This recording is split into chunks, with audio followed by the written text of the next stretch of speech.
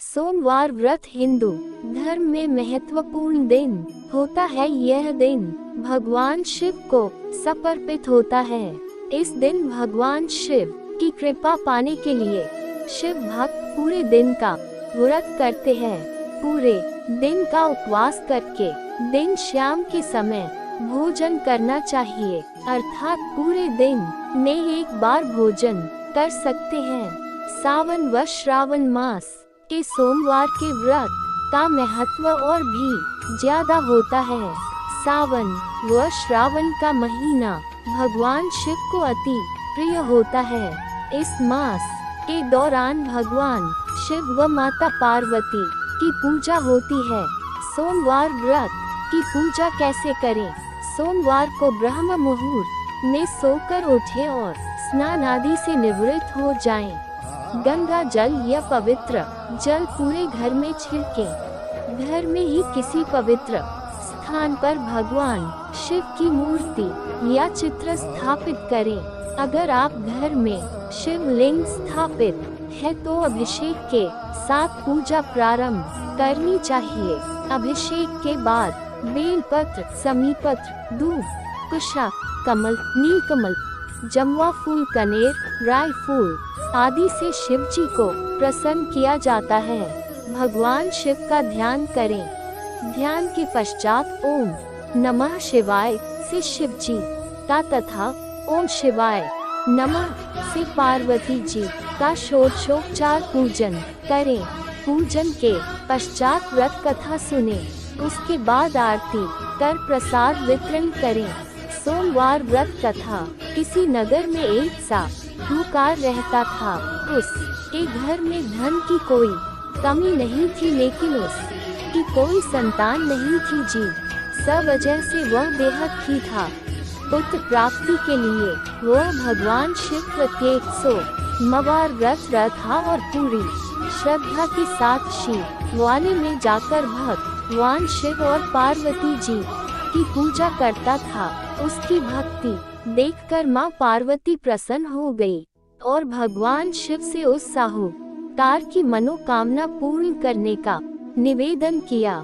पार्वती जी की सुनकर भगवान शिव ने कहा कि हे पार्वती, इस संसार में हर प्राणी को उसके कर्मों के अनुसार फल मिलता है और जिसके भाग्य में जो हो उसे भोगना ही पड़ता है। लेकिन न पार्वती जी ने साहूकार की भक्ति का मान रखने के लिए उसकी मनोकामना पूर्ण करने की इच्छा जताई। माता पार्वती के आग्रह पर शिवजी ने साहूकार को पुत्र प्राप्ति का वरदान तो दिया, लेकिन साथ ही यह भी कहा कि उसके बालक की आयु केवल 12 वर्ष होगी।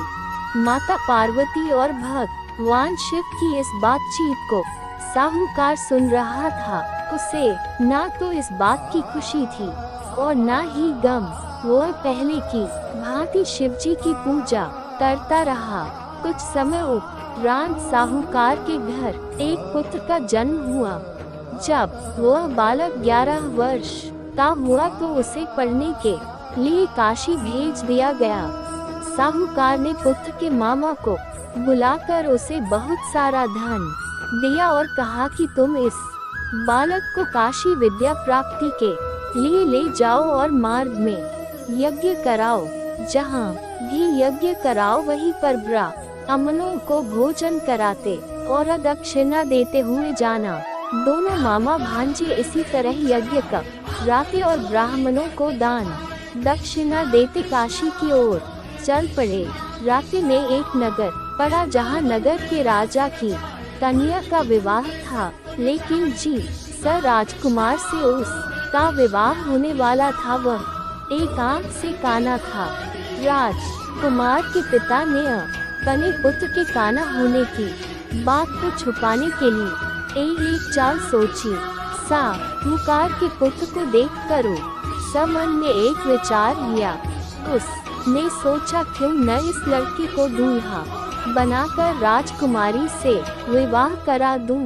विवाह के बाद इसको धन देकर विदा कर दूंगा और राजकुमारी को अपने नगर ले जाऊंगा। लड़के को दूल्हे का वस्त्र पहनाकर राजकुमारी से विवाह कर दिया गया। लेकिन साहूकार का पुत्र एक ईमानदार शख्स था। उसे यह बात न्याय संगत नहीं लगी। उसने अब सर पाकर राजकुमारी की चूननी के पल्ले पली था कि तुम्हारा विवाह मेरे साथ हुआ है, लेकिन जी सर राजकुमार के संग तुम्हें भेजा जाएगा। वह एक आंख से काना है। मैं तो काशी पढ़ने जा रहा हूँ। जब राजकुमारी ने चुन्नी पर लिखी बातें पढ़ी तो उसने अपने माता पिता को यह बात बताई। राजा ने अपनी पुत्री को विदा नहीं किया, जिससे बारात वापस चली गई। दूसरी ओर साहूकार का लड़का और उसका मामा काशी पहुँचे और वहां जाकर उन्होंने यज्ञ किया। जिस दिन लड़के की आयु 12 साल की हुई उसी दिन यज्ञ रखा गया। लड़के ने अपने मामा से कहा कि मेरी तबीयत कुछ ठीक नहीं है।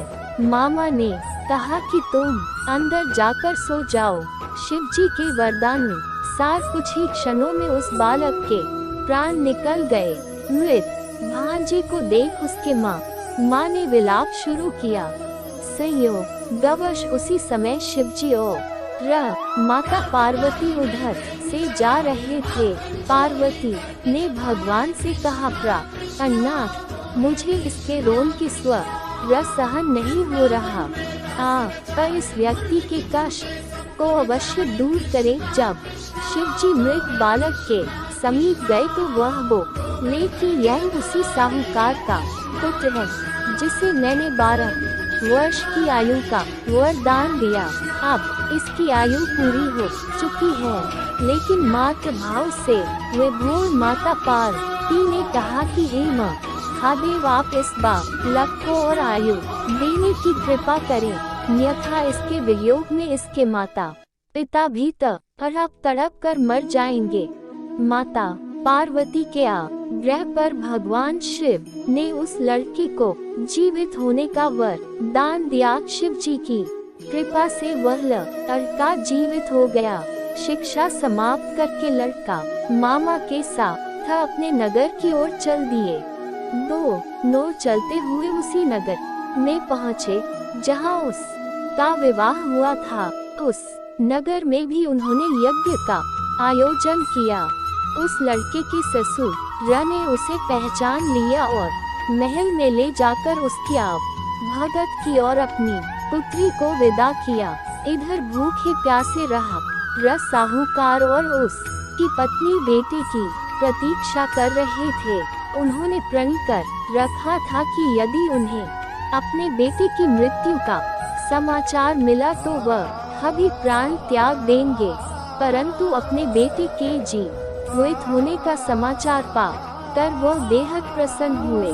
सी रात भगवान शिव ने व्यापारी के स्वप्न में कर कहा, हे श्रेष्ठी, मैंने तेरे सोमवार के व्रत करने और व्रत कथा सुनने से प्रसन्न होकर तेरे पुत्र को लंबी आयु प्रदान की है।